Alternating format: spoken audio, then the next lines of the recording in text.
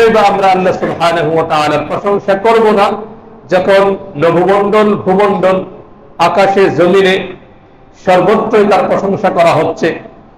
আপনারা বিগত রমাদানুল মুবারক যে গেল, প্রত্যেকদিন তারাবি পরবর্তী সংক্ষিপ্ত তাফসীর শুনতাম।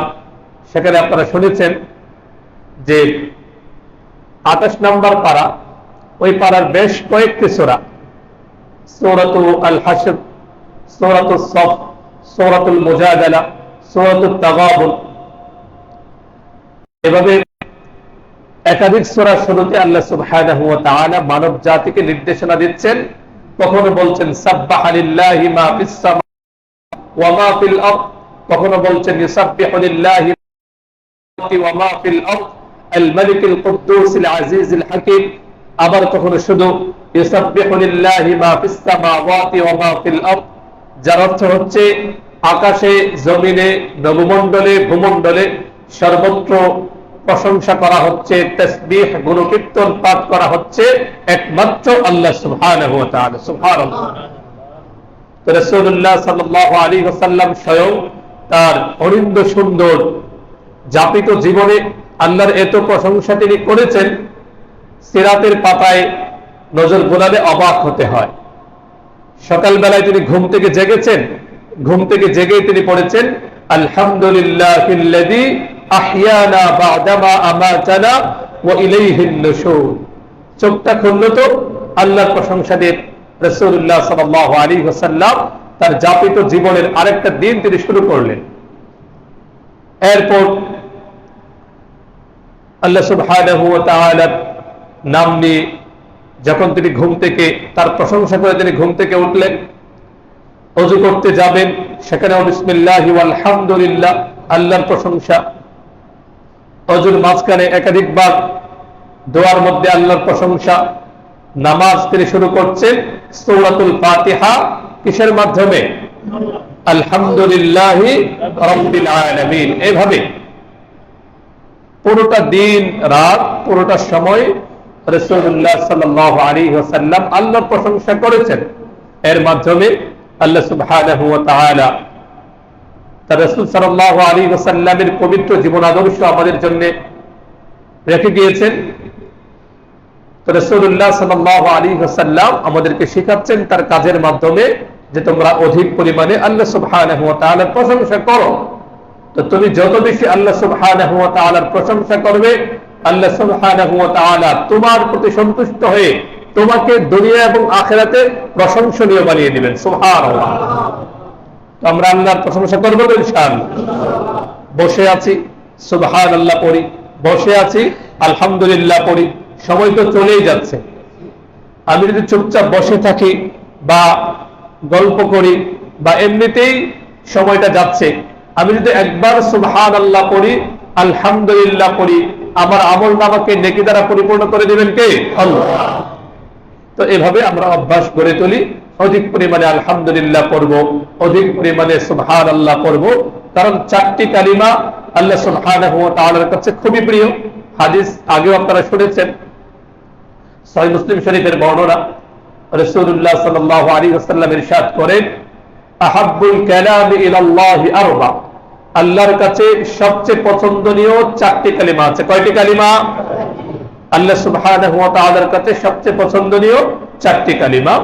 রাসূলুল্লাহ সাল্লাল্লাহু আলাইহি ওয়াসাল্লাম শেখাচ্ছেন সুবহানাল্লাহ ওয়াল হামদুলিল্লাহ ওয়া লা ইলাহা ইল্লাল্লাহু ওয়াল্লাহু আকবার। এই চারটি কালিমা আমরা সবাই পারি কিনা? খোঁজ নিলে বা অনুসন্ধানে দেখা যাবে এখানে কেউ এমন নেই যে চারটি কালিমা পারেন।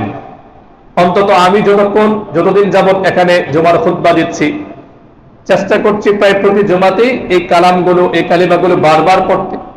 তো আমার বিশ্বাস এটা শুনতে শুনতে ছোট বাচ্চাদের আলহামদুলিল্লাহ মুখস্থ হয়ে গিয়েছে। একটা ছোট বাচ্চা আমাদের বাসায় পড়তে যায়, ছোট, তো সেদিন দেখি সে নিজ থেকেই বলছে আমি যে আল্লাহুম্মা লাকাল হামদু কামা ইয়ানবাগি লিজালালি ওয়াজহিক ওয়া আযীমি সুলতানিক, স্বাভাবিকভাবে এটা একটু কঠিন না? ছোট বাচ্চা, সে এখানে জুমার নামাজ পড়তে পড়তে আলহামদুলিল্লাহ দেখি সে সুন্দর একদম বিশুদ্ধ উচ্চারণে আল্লাহর এই প্রশংসাটা সে পাঠ করতে সুবহানাল্লাহ। এজন্য প্রতি জুমায় যে আমরা কথাগুলো বলি, দেখুন এই যে আয়াত হাদিস আল্লাহর প্রশংসা এগুলো আমরা যখন বলি আমাদের সঙ্গে সঙ্গে আপনারা বলবেন।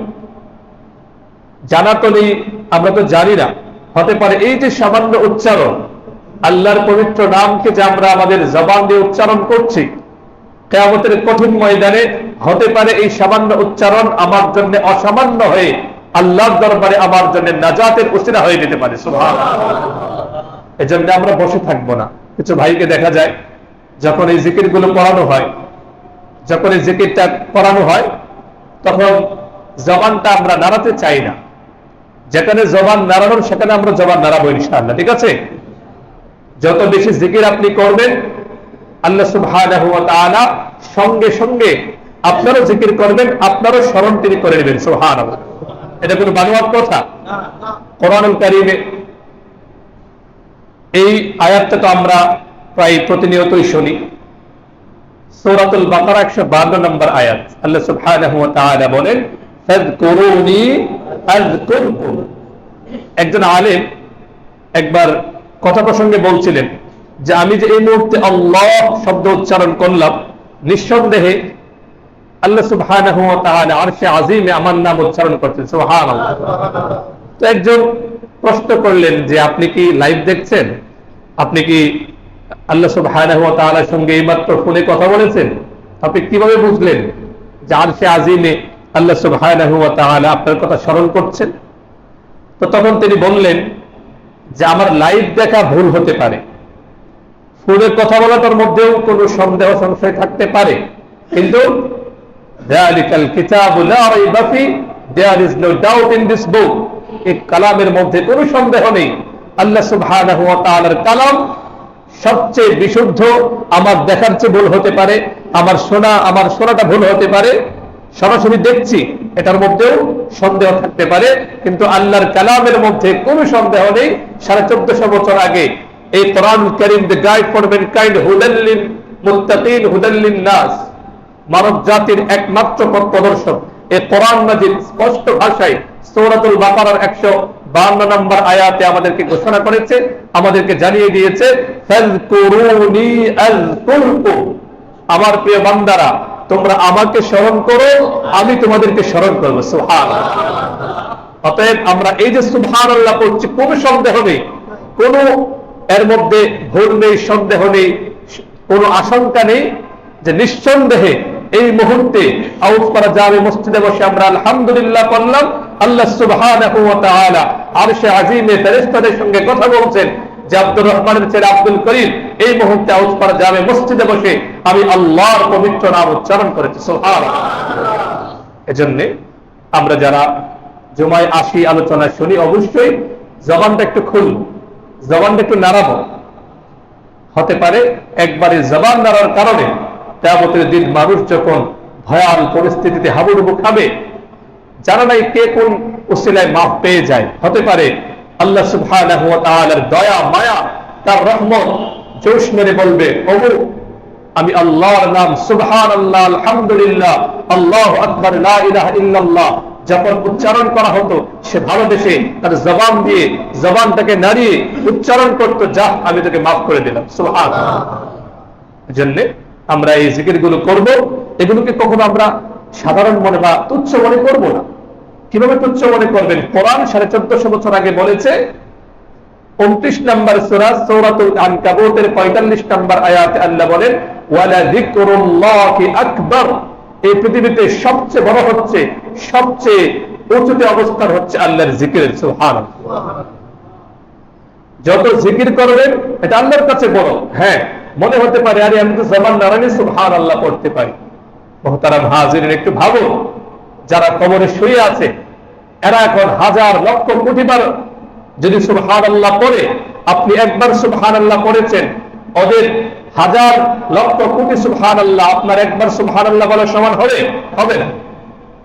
আল্লাহ সহজ করে দিয়েছেন, জবানটাকে নাড়ানো আল্লাহ সহজ করে দিয়েছেন। ইচ্ছে করলে আমরা সুবহানাল্লাহ পড়তে পারি, আল্লাহ দয়া করেন। ইচ্ছে করলে আলহামদুলিল্লাহ পড়তে পারি, এটাকে কাজে লাগাতে হবে। জবান কে দিয়েছেন? আল্লাহ। আবার এই জবান বন্ধ করে দিতে পারেন কে? আল্লাহ। অতএব যতদিন জবান চলছে আল্লাহর যে জিহ্বাকে কাজে লাগিয়ে অধিক পরিমাণে আল্লাহর জিকির করবো তো ইনশাআল্লাহ। আরেকটা হাদিস বলে শেষ করে দিচ্ছে, এগুলো স্মরণ করে দিতে হয়, আমাদের মনে থাকে না, আমরা মানুষ তো, শয়তান আমাদেরকে ভুলিয়ে দেয়।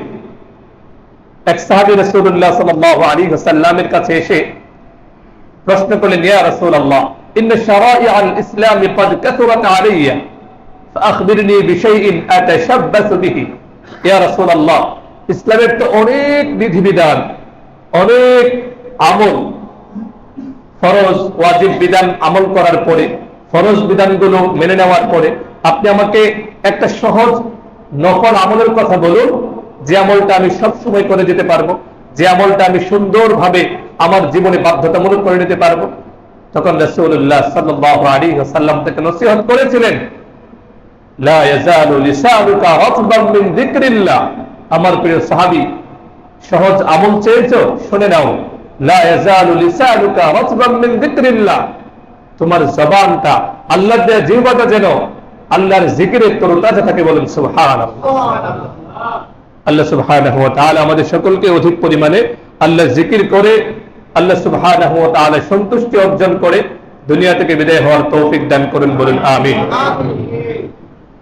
মুহতারাম হাজিরিন, আজকে আমার টপিক হচ্ছে ইসলামে শ্রমিকের অধিকার বা শ্রমিকের অধিকার প্রদানে ইসলামের নির্দেশনা। তারা জানেন, বেশ কয়েকদিন আগে, আজকে তো 3রা মে, গত বুধবার 1 মে ইন্টারন্যাশনাল লেবার ডে, আন্তর্জাতিক শ্রমিক দিবস আমরা দেখেছি পত্র পত্রিকা, এটা নিয়ে পত্র এসেছে, অনেক আলোচনা হয়েছে।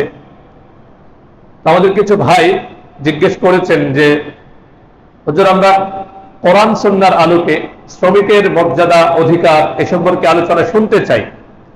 তো খুবই সংক্ষেপে, এগুলো অনেক দীর্ঘ আলোচনার বিষয়, খুব সংক্ষেপে ইনশাআল্লাহ আমরা দেখব যে শ্রমিকের ন্যায্য অধিকার সম্মান প্রদর্শনে ইসলাম কি নির্দেশনা দেয়।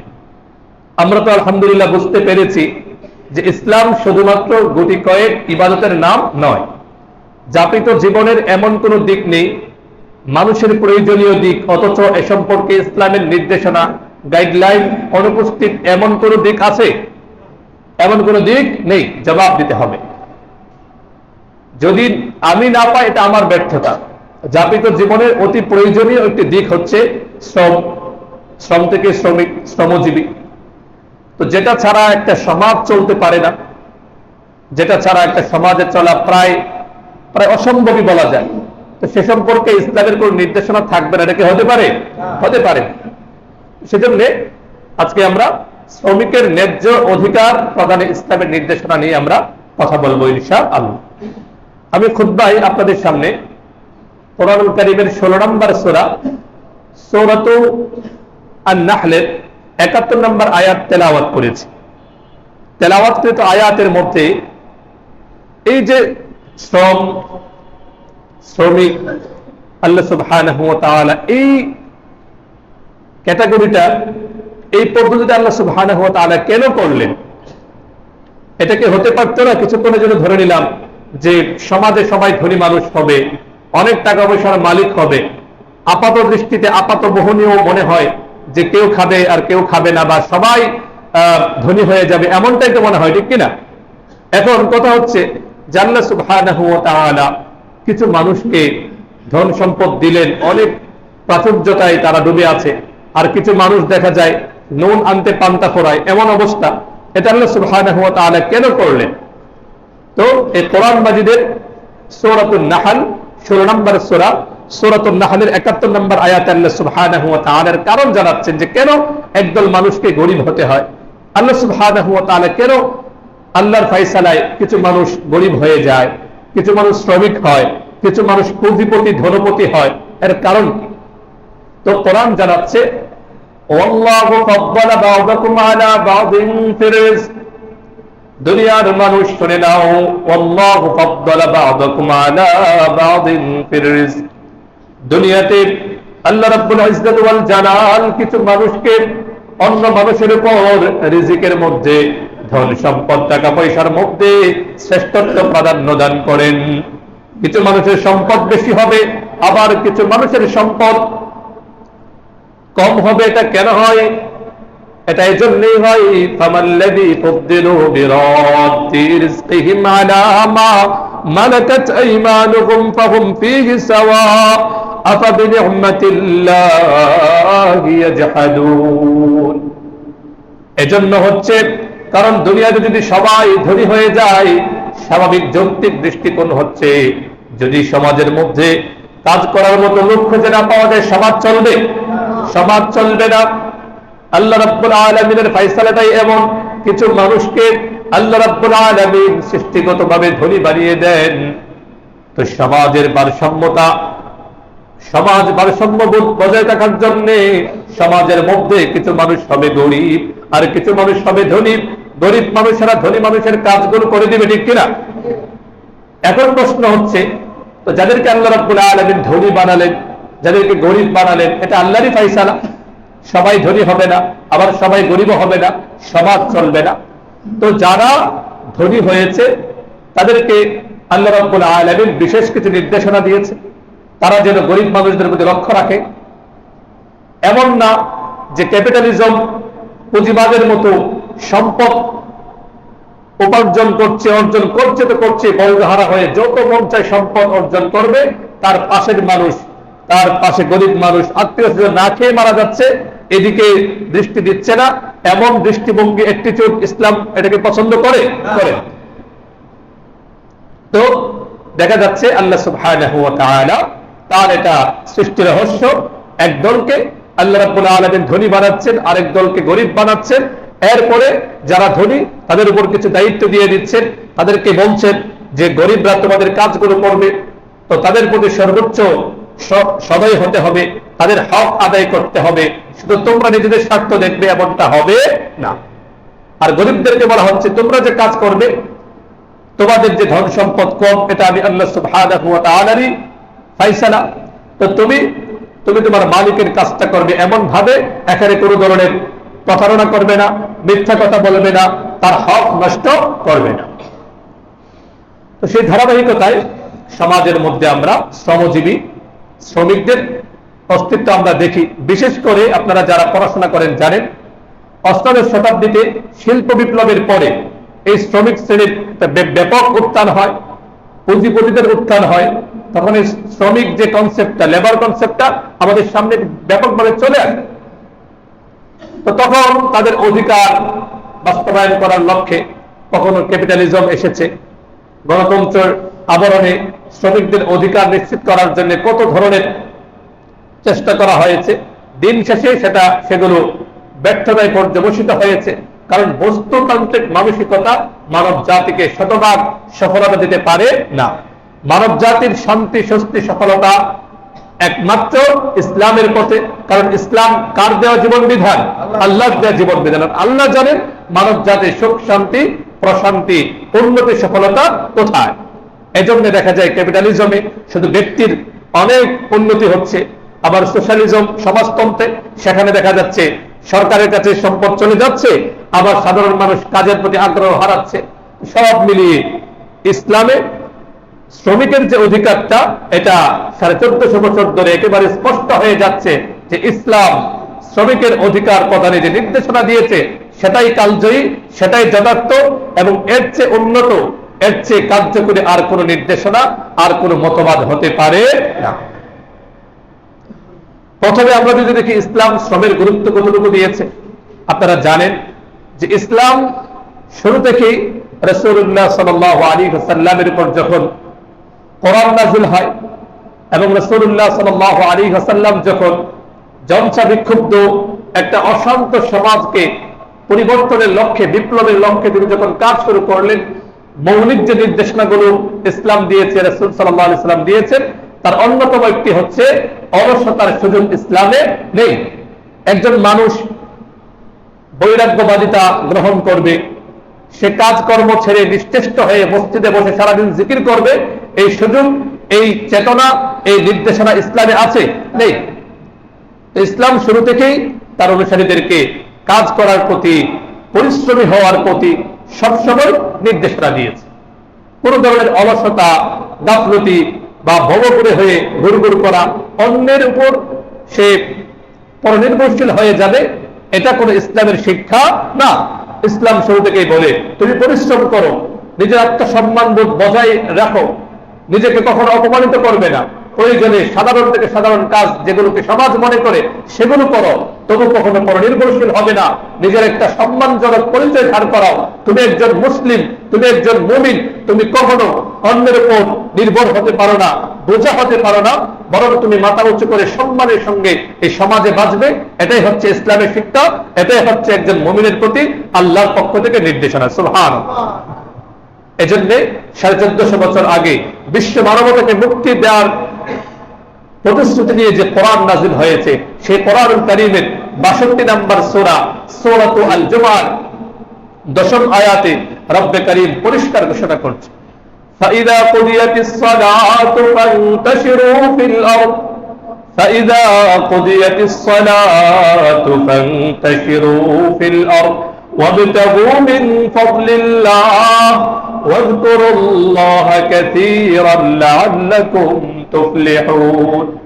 ও মুমিনরা শুনে নাও, জুমার নামাজ আদায় করেছো, 5 ওয়াক্ত ফরজ নামাজ আদায় করেছো, যখন নামাজ শেষ হয়ে গিয়েছে, আল্লাহর হুকুম পালন করা হলো, ফাইদা কুদিয়াতিস সালাতু ফান্তাশিরু ফিল আরদ, এখন জমিনে তোমরা ছড়িয়ে পড়ো, ওয়াবতাগু মিন ফাদলিল্লাহ, আল্লাহ সুবহানাহু ওয়া তাআলার দয়া এটাকে অনুসন্ধান করো। মুফাসসিরিন কেরাম লিখেছেন এখানে ওয়াবতাগু মিন ফাদলিল্লাহ, আল্লাহর দয়া মানে কি, তুমি হালাল পন্থায় জীবিকা অর্জনের জন্য, উপার্জনের জন্য তুমি চেষ্টা করো, ব্যবসা বাণিজ্য করো, নিজের শ্রমকে বিনিয়োগ করো, পরিশ্রম করো, এতে করে আল্লাহ সুবহানাহু ওয়া তাআলা তোমার প্রতি সন্তুষ্ট হয়ে যাবেন। ওয়াযকুরুল্লাহ, আবার মনে রেখো, এই পরিশ্রম করতে গিয়ে, ব্যবসা বাণিজ্য করতে গিয়ে, আয় উপার্জন করতে গিয়ে আল্লাহ সুবহানাহু ওয়া তাআলাকে ভুলবে না। এই তুমি ব্যবসা করছো, শ্রম বিনিয়োগ করছো, শ্রমিক হিসেবে কাজ করছো, তোমার কানে যখন আল্লাহ সুবহানাহু ওয়া তাআলার বরকতের আওয়াজ আসবে, মসজিদের মিনার থেকে যখন তোমার কানে আসবে আল্লাহু আকবার, আল্লাহু আকবার, সঙ্গে সঙ্গে আল্লাহর জিকিরের দিকে ফিরে এসো, আল্লাহর জিকির করো, নামাজ আদায় করো, নামাজ শেষ আবার কাজে চলে যাও, পরিশ্রম করো, অলস হয়ে বসে থেকো না। এতে করে আল্লাহ সুবহানাহু ওয়া তাআলা লাআল্লাকুম তুফলিহুন, আল্লাহর দেয়া এই বিধান, নামাজ আদায় করবে, আল্লাহর হুকুম পালন করবে, এরপর আল্লাহর আরেক হুকুম হালাল উপার্জনের দিকে চলে যাবে। আল্লাহ সুবহানাহু ওয়া তাআলার এই নির্দেশ পালন করার মাধ্যমে তোমরা দুনিয়া এবং আখিরাতে সফলতা অর্জন করবে।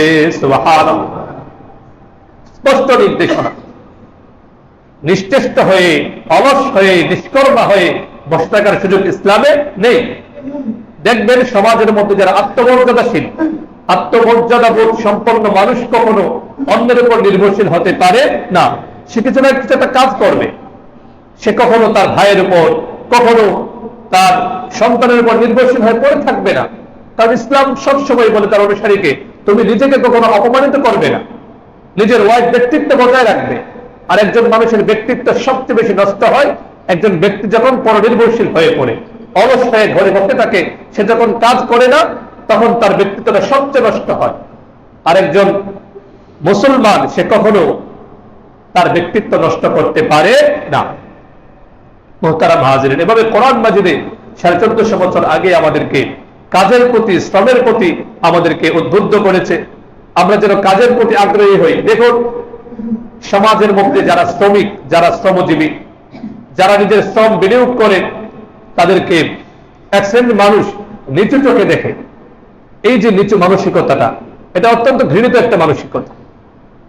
এই পৃথিবীতে রাসূলুল্লাহ সাল্লাল্লাহু আলাইহি ওয়াসাল্লামের চেয়ে বড় আত্মমর্যাদাবোধ সম্পন্ন, বড় উন্নত মানসিকতা সম্পন্ন আর কেউ ছিল? সন্দেহ আছে কোনো? আর আপনারা জানেন রাসূলুল্লাহ সাল্লাল্লাহু আলাইহি ওয়াসাল্লাম নবুয়তের আগেও তিনি শ্রম বিনিয়োগ করেছেন, তিনি শ্রমিক হিসেবে কাজ করেছেন, এবং তিনি এটা গর্ব করে বলেছেন যে এতে কোনো অসম্মানের কোনো কিছু নেই। একবার রাসূলুল্লাহ সাল্লাল্লাহু আলাইহি ওয়াসাল্লাম এক শ্রমিকের হাতকে ধরে বলেছিলেন, হাদিহি ইয়াদুন ইউহিব্বুহাল্লাহু ওয়া রাসূলুহু, ও দুনিয়ার মানুষ দেখো, এই যে হাতটা দেখছো, যে হাত দিয়ে একজন শ্রমিক সে কাজ করছে, আর আপনারা জানেন সাহাবায়ে কেরামের যুগের কাজ কি ছিল? সারাদিন কেউ দেখা যাচ্ছে যে ওই একেবারে গভীর থেকে কূপ থেকে পানি তুলে সারাদিন কষ্ট করে পানি তুলে খেজুর বাগানে পানি দিচ্ছে। হযরত আলী রাদিয়াল্লাহু তাআলা আনহুর গল্প আপনারা জানেন। তিনি বিভিন্ন মদিনার যে ইহুদিদের খেজুর বাগান ছিল, রাসূলুল্লাহ সাল্লাল্লাহু আলাইহি ওয়াসাল্লামের জামাতা, রাসূলুল্লাহ সাল্লাল্লাহু আলাইহি ওয়াসাল্লামের সবচেয়ে আদরের কন্যা ফাতেমা জাহরা রাদিয়াল্লাহু আনহার স্বামী, তিনি পরিশ্রম করছেন ইহুদিদের বাগানে গিয়ে তিনি শ্রমিক হিসেবে কাজ করছেন। রাসূলুল্লাহ সাল্লাল্লাহু আলাইহি ওয়াসাল্লামকে তাকে তুচ্ছ করেছেন? কোনো তুচ্ছ করেননি। এমনকি স্বয়ং সাইয়্যিদুল মুরসালিন খাতামুন নবিয়্যিন রাহমাতুল লিল আলামিন স্পষ্ট তার জীবনীতে লেখা একাধিক হাদিসের মধ্যে এসেছে তিনি শ্রম বিনিয়োগ করেছেন, শ্রমিক হিসেবে কাজ করেছেন। এতে করে দুনিয়ার শ্রমিকদেরকে রাসূলুল্লাহ সাল্লাল্লাহু আলাইহি ওয়াসাল্লাম বার্তা দিচ্ছেন, শোনো শ্রমিকের দল, তোমরা কখনো নিজেদেরকে নিচু মনে করবে না। নিচুতা হচ্ছে অন্যের উপর নির্ভরশীলতার উপর, নিচুতা হচ্ছে মানুষের কাছে হাত পাতার উপর। নিজে পরিশ্রম করবে, গায়ে গতরে খেটে তুমি পরিশ্রম করে কাজ করবে, এতে কোনো ধরনের অসম্মান বা নিজেকে ছোট করার কোনো কিছুই নেই। যদি এর মধ্যে ছোট কিছু থাকতো তাহলে রাসূলুল্লাহ সাল্লাল্লাহু আলাইহি ওয়াসাল্লামের মতো পৃথিবীর ইতিহাসে সবচেয়ে শ্রেষ্ঠ আত্মমর্যাদাবোধ সম্পন্ন মানুষ তিনি কখনো শ্রমিক হিসেবে কাজ করতেন না। এমনি ভাবে রাসূলুল্লাহ সাল্লাল্লাহু আলাইহি ওয়াসাল্লামের কন্যা ফাতেমা রাদিয়াল্লাহু আনহার বিয়ের প্রস্তাব যখন আসলো, কুরাইশদের মধ্যে শ্রেষ্ঠ ব্যবসায়ী যারা ছিলেন আপনারা জানেন, আবু বকর সিদ্দিক রাদিয়াল্লাহু তাআলা আনহু বড় ব্যবসায়ী ছিলেন। ইসলাম গ্রহণ করার আগেই তিনি শ্রেষ্ঠ একজন ব্যবসায়ীদের অন্যতম ছিলেন। তার পক্ষ থেকে যখন বিয়ের প্রস্তাব আসলো তার জন্য, ফাতেমা রাদিয়াল্লাহু আনহার জন্য, অনুরূপভাবে ওমর ফারুক রাদিয়াল্লাহু আনহুর পক্ষ থেকে বিয়ের প্রস্তাব এসেছিল, যারা অনেক ধনী মানুষ ছিলেন। তো রাসূলুল্লাহ সাল্লাল্লাহু আলাইহি ওয়াসাল্লাম তাদের প্রস্তাব কবুল না করে এমন একজনের প্রস্তাবকে কবুল করেছেন, যার কথা একটু আগেই বললাম, যিনি ইহুদিদের বাগানে শ্রমিকের কাজ করেছেন। অনেক সময় কাজ না পাওয়ার কারণে, তখন ব্যাপকভাবে কাজ ছিল না, ঘুরতে ঘুরতে কাজ পাচ্ছেন না, অনেক সময় তারা না খেয়ে আছেন। এমন একজন শ্রমজীবী শ্রমিক সাহাবী হযরত আলী রাদিয়াল্লাহু তাআলা, পরবর্তীতে আল্লাহ পাক সম্পদের মালিক বানিয়েছেন, তিনি খলিফা ছিলেন। বলার উদ্দেশ্য হচ্ছে রাসূলুল্লাহ সাল্লাল্লাহু আলাইহি ওয়াসাল্লাম যে দিন, যে ইসলাম নিয়ে এসেছেন, সেই ইসলামে কোন ব্যক্তিকে কাজের কারণে ছোট করে দেখার সুযোগ নেই। ইসলাম একজন শ্রমিককে বলে, ওরে তুই ছোট রস, তুই নিজেকে ছোট ভাববি না। ছোটতা হচ্ছে, নিচুতা হচ্ছে অন্যের কাছে চাওয়ার মধ্যে, ভিক্ষা করার মধ্যে, কাজের সামর্থ্য আছে এরপর কাজ না করে এর কাছে ওর কাছে হাত পাতার মধ্যে হচ্ছে অসম্মান। এছাড়া কোন বৈধ কাজের মধ্যে শ্রম বিনিয়োগ করা হচ্ছে, শ্রমিক হিসেবে কাজ করছে, এর মধ্যে কোনো মানসিকভাবে নিজেকে ছোট করার সুযোগ নেই। তো রাসূলুল্লাহ সাল্লাল্লাহু আলাইহি ওয়াসাল্লাম তার আচরণের মাধ্যমে তিনি উম্মতকে শিক্ষা দিয়েছেন যে কখনো তোমরা কাজ ছাড়া বসে থাকবে না। কারণ আপনারা জানেন, একটা মানুষ যখন কাজ ছাড়া, যার কোনো কাজ নেই, বসে বসে আড্ডা মারছে, এর সঙ্গে কথা বলছে, ওর সঙ্গে কথা বলছে, এমন মানুষ তার 24 ঘন্টা রুটিন যদি আপনি দেখেন তো দেখা যাবে তার অধিকাংশ সময় কাটছে, হয়তো গীবত করছে, এর কথা ওর সঙ্গে লাগাচ্ছে। আর যে মানুষটা সবসময় কাজে ব্যস্ত, সে তো সময়ই পাচ্ছে না গীবত করবে কোন সময়। এজন্য হযরত আব্দুল্লাহ ইবনে মাসউদ রাদিয়াল্লাহু তাআলা আনহু একটা কথা বললাম, তিনি বলেছেন যে যখন তিনি কাউকে বেকার বসে বসে সময় নষ্ট করছে এমন কাউকে দেখলে তিনি অনেক রাগ করতেন। রাগ করে অনেক সময় বলতেন যে এই লোকের কি হলো, ও তো কোনো কাজ করছে না কেন, সে তার সময়টাকে কেন নষ্ট করছে। তো এজন্য আমরা কাজকে ভালোবাসবো। ইসলাম বলে তুমি কাজকে ভালোবাসো, কাজটা যেটা যেমনই হোক, কাজটা যেন হারাম না হয়, মানুষকে কষ্টদায়ক না হয়। তুমি তোমার কাজ করে যাও, আত্মসম্মানবোধ বজায় রাখো, এতে করে দুনিয়াতেও তুমি সম্মানিত হবে, আখিরাতেও তুমি আল্লাহর কাছে সম্মানিত হবে। সুবহানাল্লাহ। বলছিলাম শ্রমিকের ন্যায্য অধিকার, সম্মান ইসলাম যথার্থভাবে এটা নির্ধারণ করেছে। একটি হাদিস আমি খুতবায় আপনাদের সামনে পড়েছি, সহিহ বুখারী শরীফের বর্ণনা। রাসূলুল্লাহ সাল্লাল্লাহু আলাইহি ওয়াসাল্লাম জানাচ্ছেন, 2072 নম্বর হাদিস, মিকদাম রাদিয়াল্লাহু আনহু থেকে বর্ণিত, রাসূলুল্লাহ সাল্লাল্লাহু আলাইহি ওয়াসাল্লাম বলেন, মা আকালা আহাদুন তাআমান কাত্তু খায়রান মিন আন ইয়াকুলা মিন আমালি ইয়াদিহি। একজন মানুষ নিজের শ্রম বিনিয়োগ করে, নিজের হাতে পরিশ্রম করে যে খাবারটা সে খাচ্ছে, পরিশ্রমের মাধ্যমে, শ্রম বিনিয়োগের মাধ্যমে উপার্জিত পয়সা দিয়ে যে খাবারটা সে খাচ্ছে, এর চেয়ে উত্তম খাবার, এর চেয়ে উত্তম হালাল রিজিক আর কোনটাই হতে পারে না। সুবহানাল্লাহ। এরপর রাসূলুল্লাহ সাল্লাল্লাহু আলাইহি ওয়াসাল্লাম দৃষ্টান্ত দিচ্ছেন, ওয়া ইন্না নাবিয়াল্লাহি দাউদ কানা ইয়াকুলু মিন আমালি ইয়াদিহি। হযরত দাউদ আলাইহিস সালাম যিনি একজন জলিলুল কদর আল্লাহর একজন রাসূল ছিলেন, কোরআন মাজিদে যার আলোচনা এসেছে, হযরত দাউদ আলাইহিস সালাম নিজের হাতে পরিশ্রম করে, আপনারা জানেন তিনি লৌহ বর্ম বানাতেন, অস্ত্র বানাতেন, নিজের হাতে পরিশ্রম করে উপার্জিত যে সম্পদ, টাকা পয়সা দিয়ে তিনি ভক্ষণ করতেন, খাবার খেতেন, এবং এর মাধ্যমে রাসূলুল্লাহ সাল্লাল্লাহু আলাইহি ওয়াসাল্লাম উম্মতকে জানাচ্ছেন যে কাজের মধ্যে, কাজটা যেমনই হোক, শ্রমিকদেরকে রাসূলুল্লাহ সাল্লাল্লাহু আলাইহি ওয়াসাল্লাম সম্মান দিয়েছেন। সম্মান দিয়ে বলেন যে একজন মানুষ তার পরিশ্রমের মাধ্যমে, হাতে পরিশ্রম করে যে কাজটা করে, যে সে উপার্জন করছে, খাবারটা খাচ্ছে, এর চেয়ে উত্তম আর কোন খাবার হতে পারে না। এজন্য ইসলামের শিক্ষাগুলো আমাদের মধ্যে আমরা বাস্তবায়ন করি। এখন যদি আমরা দেখি, ইসলাম শ্রমিকের অধিকার বজায় রাখতে কি কি নির্দেশনা দিয়েছে। সুনানুল বাইহাকির বর্ণনা 11654 নম্বর হাদিস। হাদিসটা শোনার আগে আমরা খেয়াল করি, দেখুন দুনিয়াতে যারা পুঁজিবাদী মানসিকতার লোক, যারা ক্যাপিটালিজমে প্রভাবিত, তাদের মানসিকতা হচ্ছে যে শ্রমিককে শতভাগ খাটাবে, শ্রমিককে শতভাগ খাটাবে, খাটানোর পরে তার যে প্রাপ্য সেখানে গরিবসী করবে, ঠিক কিনা? আমরা অনেক সময় দেখি, পত্রিকায় দেখি, বিভিন্ন গার্মেন্টসে বা বিভিন্ন শিল্প কারখানায় যে প্রচুর পরিমাণে বেগার খাটানো হচ্ছে, কিন্তু যতটুকু তার প্রাপ্য, তার যে বেতন, সেটা দেওয়া হচ্ছে না। অথচ বিশ্ব মানবতার মুক্তির লক্ষ্যে 1450 বছর আগে যে ইসলাম এসেছে, রাসূলুল্লাহ সাল্লাল্লাহু আলাইহি ওয়াসাল্লাম দীপ্ত কণ্ঠে ঘোষণা করেছেন। হযরত আব্দুল্লাহ ইবনে ওমর রাদিয়াল্লাহু তাআলা আনহু থেকে বর্ণিত, রাসূলুল্লাহ সাল্লাল্লাহু আলাইহি ওয়াসাল্লাম বলেন, আতুল আজীর আজরাহু ক্বাবলা আন ইয়াজিফা ইরকুহু। দুনিয়ার মালিক সম্প্রদায় যারা কোন মানুষকে কর্মচারী হিসেবে এনেছো, তার দ্বারাতে কাজ করাচ্ছো, খেয়াল করে শোনো, আতুল আজীর আজরাহু ক্বাবলা আন ইয়াজিফা ইরকুহু। পরিশ্রমের কারণে একজন শ্রমিকের গায়ে, শরীরে যে ঘাম বের হয়েছে, সেই ঘাম শুকিয়ে যাওয়ার আগে তার প্রাপ্য, তার যে পারিশ্রমিক, সেটা তাকে প্রদান করে। সুবহানাল্লাহ। এর চেয়ে অসাধারণ নির্দেশনা আর কিছু হতে পারে? আজকে সকালে একটা বই পড়ছিলাম, ইসলামের শ্রমিকের অধিকার।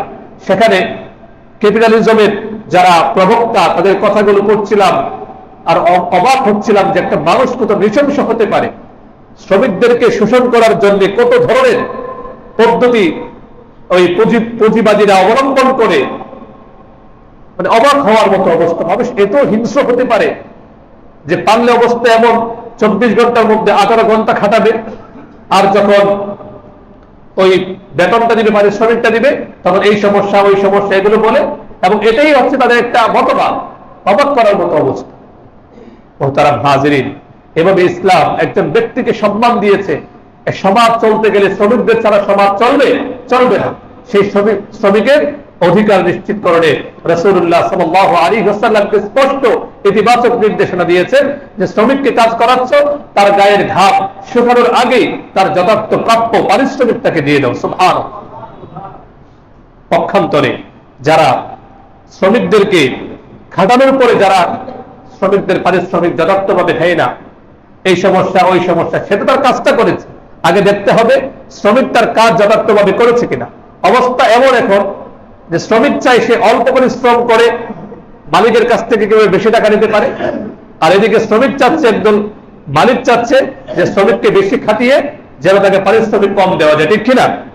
সব দিক থেকে ঝামেলা তৈরি হয়েছে। যেন ইসলাম বলে মধ্যম পন্থা। শ্রমিককে বলা হচ্ছে যে তুমি তোমার কাজটাকে যথার্থভাবে করো, কারণ তুমি যদি তোমার শ্রমকে ফাঁকি দাও, তুমি যদি মালিকের কাজটা যথার্থভাবে না করো, আল্লাহর কাছে তোমাকে হিসাব দিতে হবে, তোমার টাকাটা শতভাগ হালাল হবে না।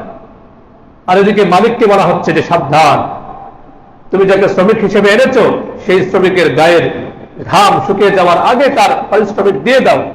তো যারা শ্রমিকের যথার্থ পারিশ্রমিক দিতে ঘড়িমসি করে, তাদের কি অবস্থা হবে? বুখারী শরীফের বর্ণনা 2270 নম্বর হাদিস, আবু হুরায়রা রাদিয়াল্লাহু তাআলা আনহু থেকে বর্ণিত। খেয়াল করে শুনি, রাসূলুল্লাহ সাল্লাল্লাহু আলাইহি ওয়াসাল্লাম বলেন, সালাসাতুন আনা খাসমুহুম ইয়াউমাল কিয়ামাহ। তিন শ্রেণীর মানুষ এমন আছে, কিয়ামতের দিন আমি যাদের বিরুদ্ধে দাঁড়িয়ে যাবো, বলুন নাউজুবিল্লাহ। কিয়ামতের দিন যদি আল্লাহ তার বিরুদ্ধে দাঁড়িয়ে যান, তার বাঁচার কোনো উপায় থাকবে? থাকবে। সে তিন প্রকার, তিন শ্রেণীর মানুষের একজন হচ্ছে রাজুলুন আ'তা বি সুম্মা গাদা। এক শ্রেণীর মানুষ হচ্ছে যারা আল্লাহর নামে কাউকে প্রতিশ্রুতি দিয়েছিল যে আল্লাহর কসম আমি কাজটা করবো, তোমাকে এটা দিব, সুম্মা গাদা, এরপরে সে আবার এটাকে বিশ্বাসঘাতকতা করলো, দিল না। কিয়ামতের দিন ওই বিশ্বাসঘাতকের বিরুদ্ধে আল্লাহ স্বয়ং দাঁড়িয়ে যাবেন, বলুন নাউজুবিল্লাহ। দুই নম্বর হচ্ছে, দ্বিতীয় শ্রেণী হচ্ছে রাজুলুন বাআ হুররান সুম্মা আকালা সামানা। দ্বিতীয় শ্রেণী হচ্ছে যে কোন একজন স্বাধীন মানুষকে ধরে এনে বিক্রি করে দিল গোলাম বানিয়ে, এরপর তার যে টাকাটা পেল সে সেটা খেলো। এমন স্বাধীন ব্যক্তিকে গোলাম বানিয়ে বিক্রিকারী ব্যক্তির বিরুদ্ধে রাসূলুল্লাহ সাল্লাল্লাহু আলাইহি ওয়াসাল্লাম দাঁড়িয়ে যাবে। এরপর তৃতীয় শ্রেণীর মানুষ যাদের বিরুদ্ধে রাসূলুল্লাহ সাল্লাল্লাহু আলাইহি আল্লাহ সুবহানাহু ওয়া তাআলা তার বিরুদ্ধে দাঁড়াবেন, তারা হচ্ছে রাজুলুন ইস্তাজারা আজিরান। যে ব্যক্তি একজন শ্রমিককে, একজন কাজের লোককে সে আনলো, ফাস্তাওফা মিনহু, তার কাছ থেকে কাজটা তো পুরোপুরি ওসুল করলো যে তুমি 8 ঘন্টা কাজ করবে, 8 ঘন্টা কাজ করার আর এই কাজটা তুমি করে দিবে। তো শ্রমিক 8 ঘন্টার মধ্যে সুন্দরভাবে কাজটা সম্পন্ন করলো, ওয়ালাম ইউতিহি আজরা। কিন্তু মালিক বেচারা, মালিক পক্ষ তাকে যথার্থভাবে শ্রমিককে সে পরিপূর্ণভাবে সে টাকাটা দেয়নি, পারিশ্রমিকটা দেয়নি। রাসূলুল্লাহ সাল্লাল্লাহু আলাইহি ওয়াসাল্লাম বলেন যে এমন জালেম মালিকের বিরুদ্ধে যে তার শ্রমিককে যথার্থভাবে পারিশ্রমিক দেয় না, আমি আল্লাহ স্বয়ং তার বিরুদ্ধে কিয়ামতের দিন দাঁড়িয়ে যাব। সুবহানাল্লাহ। এজন্য এখান থেকে স্পষ্ট হয়ে যায় যে ইসলাম একজন শ্রমিকের অধিকার প্রদানে কত যথার্থভাবে নির্দেশনা দিয়েছে। অনেক হাদিস আছে, সংক্ষেপে বললাম। এমনি রাসূলুল্লাহ সাল্লাল্লাহু আলাইহি ওয়াসাল্লাম আরো নির্দেশনা দিয়েছে যে শ্রমিক হয়েছে, সে গরিব হয়েছে বলে তুমি তার উপর জুলুম করতে পারো না। রাসূলুল্লাহ সাল্লাল্লাহু আলাইহি ওয়াসাল্লাম বলেন, তুমি যদি কোনো একজন শ্রমিকের উপর অনুগ্রহ করো, শাহুল ঈমানের হাদিস 8343 নম্বর হাদিস, রাসূলুল্লাহ সাল্লাল্লাহু আলাইহি ওয়াসাল্লাম বলেন, মা খাফফতা আন খাদিমিকা মিন আমালিহি কানা লাকা আজরাম মিন ফি মাওয়াজিনি। তুমি যখন একজন শ্রমিককে তার কাজে একটু সহযোগিতা করলে, এমন না যে একদম 8 ঘন্টা সারা দিন এটা করো এটা করো এটা করো, এমন না, একটু সহযোগিতা করলে, যতটুকু তাকে সুযোগ দিলে সহযোগিতা করলে, কিয়ামতের দিন এতটুকু পরিমাণ সওয়াব আল্লাহ তোমার আমল নামায়, তোমার মিজানের পাল্লায় দিয়ে তোমার আমল নামা ভারী করে দিবেন। সুবহানাল্লাহ। পক্ষান্তরে যারা শ্রমিকদের সঙ্গে খারাপ আচরণ করে, রাসূলুল্লাহ সাল্লাল্লাহু আলাইহি ওয়াসাল্লাম বলেন, আবু বকর সিদ্দিক রাদিয়াল্লাহু আনহু থেকে বর্ণিত হাদিস, সুনান ইবনে মাজার বর্ণনা, লা ইয়াদখুলুল জান্নাতা সাইয়্যুল মালাকা। যারা মানুষের সঙ্গে খারাপ আচরণ করে, যে সকল মালিক শ্রমিকের সঙ্গে সব সময় দুর্ব্যবহার করে, তারা কখনো জান্নাতে প্রবেশ করবে না, বলুন নাউজুবিল্লাহ। সর্বশেষ রাসূলুল্লাহ সাল্লাল্লাহু আলাইহি ওয়াসাল্লামের একটা হাদিস বলে শেষ করছি। রাসূলুল্লাহ সাল্লাল্লাহু আলাইহি ওয়াসাল্লাম সব সময় যারা নির্যাতিত, যারা শোষণের শিকার, যাদের উপর জুলুম করা হয়, মাজলুম, তাদের পক্ষে তিনি সবসময় থাকতেন। রাসূলুল্লাহ সাল্লাল্লাহু আলাইহি ওয়াসাল্লাম বলেন, ইখওয়ানুকুম খাওয়ালুকুম জাআলাহুমুল্লাহু তাহতা আইদিকুম।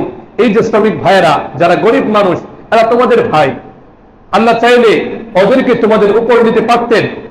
এই চেতনা যদি আমরা রাখি, আমরা কখনো কোনো শ্রমিকের উপর জুলুম করতে পারবো না। রাসূলুল্লাহ সাল্লাল্লাহু আলাইহি ওয়াসাল্লাম বলেন, এই শ্রমিকরা তোমাদের ভাই, আল্লাহর ইচ্ছায় তারা তোমাদের অধীন হয়েছে, তারা আজকে পেটের ক্ষুধায় বা টাকার সংকটের কারণে তোমাদের কাজ করছে। সাবধান, ফামান কানা আখুহু তাহতা ইয়াদিহি ফালইউতইমহু মিম্মা ইয়াকুল। এই শ্রমিক কর্মচারী, তাদের সঙ্গে যেন সে সৌহার্দ্যপূর্ণ আচরণ করে, দাসত্বপূর্ণ আচরণ যেন সে না করে। মালিক যা খাবে চেষ্টা করবে তার সঙ্গে সেটা ভাগাভাগি করে নিতে, মালিক যা করবে চেষ্টা করবে তার সঙ্গে ভাগাভাগি করে নিতে। যদি কখনো কোনো কষ্টকর কাজ চলে আসে, তার উপর একটু সহযোগিতা করবে, আল্লাহ সুবহানাহু ওয়া তাআলা তোমাদের গুনাহগুলোকে মাফ করে দিবেন। সুবহানাল্লাহ। তো অতি অল্প সময়ের মধ্যে শ্রমিকের অধিকার প্রদানে ইসলামের নির্দেশনা বিষয়ে কয়েকটি আয়াত হাদিস বললাম।